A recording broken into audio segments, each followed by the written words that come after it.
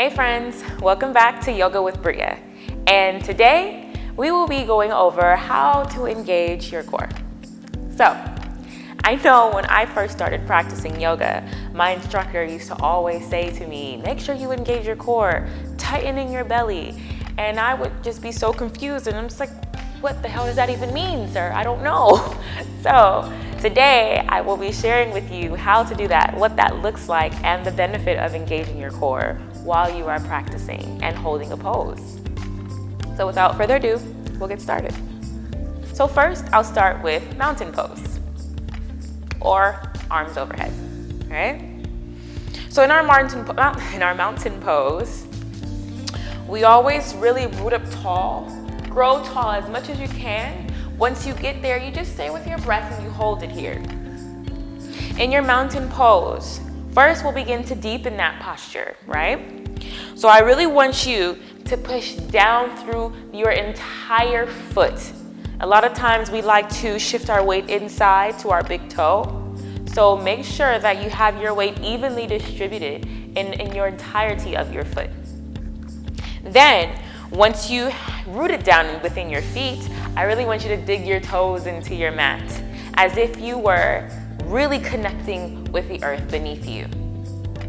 Now from there, once your feet are active, begin to lift your kneecaps up into your thighs. Now you're activating your quads, the fronts of your thighs. Now they should be tightened. So now you already have from your hip down active, already making this an active posture. To engage the hips and up, first notice the lower arch, the arch of my lower back. Notice how my ribs are reaching out to the front. A lot of times we tend to do this when we were holding this posture.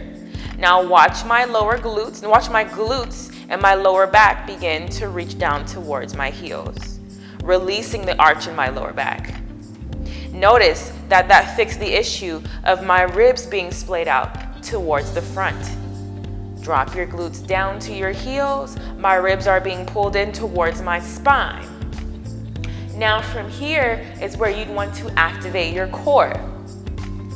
Now when we say activate our core, if you watched the video before, we talked about properly breathing using your diaphragm, right?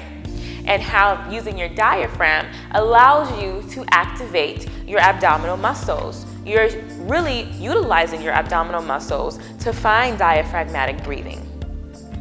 So now, same rule applies. On your inhale, you breathe in, let your belly expand. Your belly's getting bigger and bigger. On your exhale, pull your belly in closer to your spine. You're still able to breathe, but now your abdominal wall is engaged. Now your core is engaged, keeping everything here active. Just like from your hips down, everything is active. Now you've engaged your belly. That is active. From here, a lot of times we love reaching our shoulders to our ears. We're so tense. Release that tension. Drop your shoulder blades down your back, creating space between your head and your neck. Right? Creating space between your ears and your shoulders, lengthening your spine. And I know sometimes we always see people with their hands touching together. There's different variations with your Tadasana, your mountain pose. I personally love to have my arms a little bit more wider because it allows less stress on my shoulders, and now I can float my shoulder blades down my back even more. Everyone's body is different. Allow yourself to play with the pose and take whatever modification feels best for you, whatever variation feels best for you. Once we meet back in a mountain pose, everything is engaged. You're rooting down through your feet. You're lifting your kneecaps up into your thighs.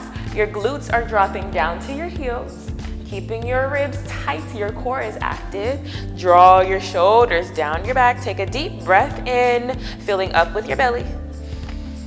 And exhale, spill over into a forward fold.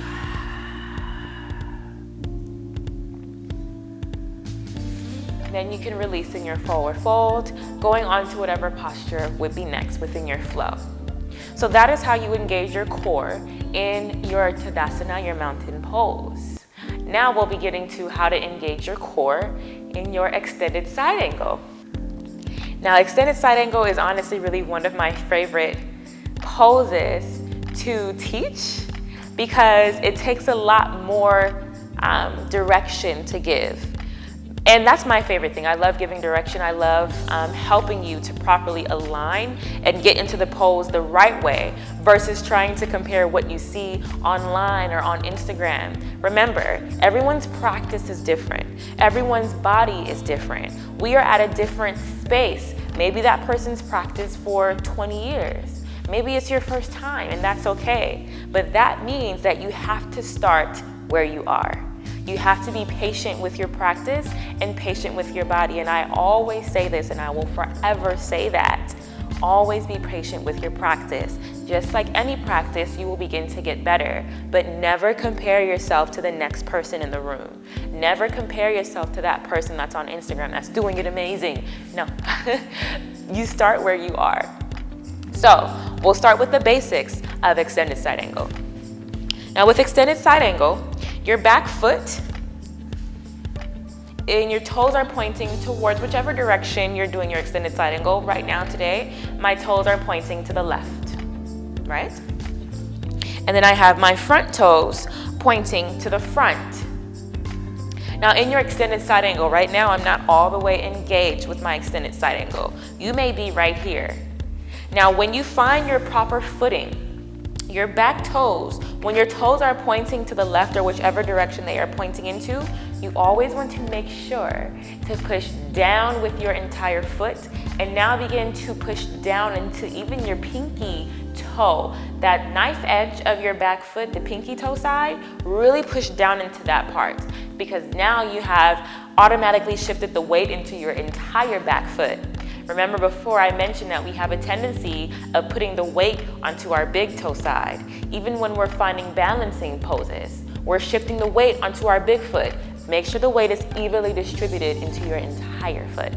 That is the trick on how to properly find that balance and keep your legs active. So once you are pushing down into your back pinky toe, or that knife edge side of your back foot, now you have automatically engaged your back leg. Notice that if you're pushing down into your big toe side, your quad's not engaged. The minute you push down into your pinky side and you really push down into your mat, your quad gets engaged and your quad is tightened. With your front foot, your toes should be pointing directly in front of you. A lot of times we like to have our toes pointing to the side, whichever way. Always have your front foot, your toes are pointing directly to the front. You always want to listen carefully with the alignment because they are very important. You always want to make sure you practice safety first. Even if you're a beginner or an expert, always practice safety first. All right? So we're beating back with our feet. Your front heel, a great trick to keep everything in line, your footing in line. Your front heel really will connect with the middle of your back foot. So for instance, if I put my feet together, notice that the heel of my front foot is right in the middle of my back foot. So all you do is glide your front foot to the front, send your back foot to the back. And now you have heel to arch alignment, which is what we like to call in yoga, heel to arch alignment. Your front heel is aligned with your back arch. Once you have that proper footing, now we begin to get into the legs. With your legs, again, beginner or expert, always practice safety first, but first and foremost, making sure you are starting where you are at. Maybe where my legs are right now is where you stay. Maybe sometimes we might have our leg a little bit straighter because it's a little bit harder on our knees. Always make sure that your knee is directly over your ankle. You never want to put your knee in front of your ankle because then you'll be putting more strain on your knee. Putting more weight on your knee is not safe. Utilize your foot. Utilize the connection between your knee and your ankle. That is what keeps you stable and safe. Now from here with your legs, whether you are deepening into the pose with your legs or not, Always make sure, however further you get into this pose, keep that front knee over your ankle. Safety first. So rather than bending forward, I love to shoot my back leg back further. Notice that I did that while we were talking. I'm pushing my back foot back a little bit more. Now I'm allowing myself to deepen into this pose. So that's the second thing. Now when we get to our hips up, right? A lot of times when people get into an extended side angle, they see experts, they're comparing, right? They always want to touch the ground. Well, I have to touch the ground in order to get into an extended side angle. No, you don't. Because look at my belly. My belly's not engaged. You see everything, right? I'm really just bending over into my arm. I'm bending into my right side body. I'm lifeless from my hips up. I'm not active. The only thing active are my legs. Extended side angle. The goal is not to always touch the ground. So I love to first start with beginners. Utilize your forearm right here. Allow your forearm to stay rested on your front thigh. Even if I was in a shorter stance with my extended side angle, right? Same thing. Utilize your forearm to stay planted on your front thigh. From there, you resist that urge to sit into your right side body, or whether your left side body, whatever side you're doing it on, you're not sitting into your side body. You have to keep everything engaged because now I'm sitting into my shoulder. I'm sitting into my arm. So what you do, take your forearm, push down into your forearm with your chest. Notice how my side body lifted from my front thigh. I'm not resting on my front thigh anymore. Really push down through your forearm, lift your chest, lift your side body away from your front thigh. Now from here, not only are you activating your core once you do that, because now you're keeping your ribs hugged in, you're keeping your abdominal wall tight, you're engaging your forearm, right? You're engaging your obliques as your obliques are lifting from your side body. Now think of rotating your top rib cage towards the sky. Now you find a more opening of your chest towards the front. Last but not least, you lift your top arm up towards the sky. Now you have different variations. Maybe you reach your top arm towards the front. Utita arms, this is what we call it. Or you keep your top arm reaching high. Be mindful again to not bring your shoulder blade towards your ears. Keep that space between your head and your neck. Stay expansive. Keep pushing down through your forearm. Keep lifting your left rib cage or your top rib cage towards the sky. This is your extended side angle. Now you have everything engaged, your feet, your legs, your core, your side body, your obliques, your forearm, your tricep. Everything is active.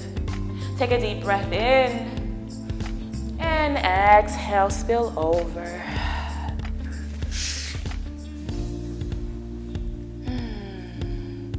So that is extended side angle. And that is how you properly engage your core. And also every single muscle in your extended side angle is working. Now you see the difference between trying to compare. You miss all of the key steps of what you can do. You don't have to reach towards the ground. That's not the goal. The goal is to keep everything active, find the proper alignment, and deepen into your practice when time passes. And then eventually, you'll be able to touch the ground without dumping into your side body. Notice the difference. Notice the space between my legs, it's wider. Notice that my side body is not reaching and bending into my front thigh. I'm still lifted, I'm still engaged. And that, my friends, is how you get into your extended side angle, and that is how you keep your core engaged the entire time. Thank you so much for watching this video. Again, I'm here at Nada Yoga Wellness, such a beautiful space to practice here in Glendale, California. So if you're in the Los Angeles area, feel free to check it out. Feel free to flow with me at YogaWithBria, and feel free to book your visit or book your session at YogaWithBria.com. I'll see you in the next video. Bye, friends.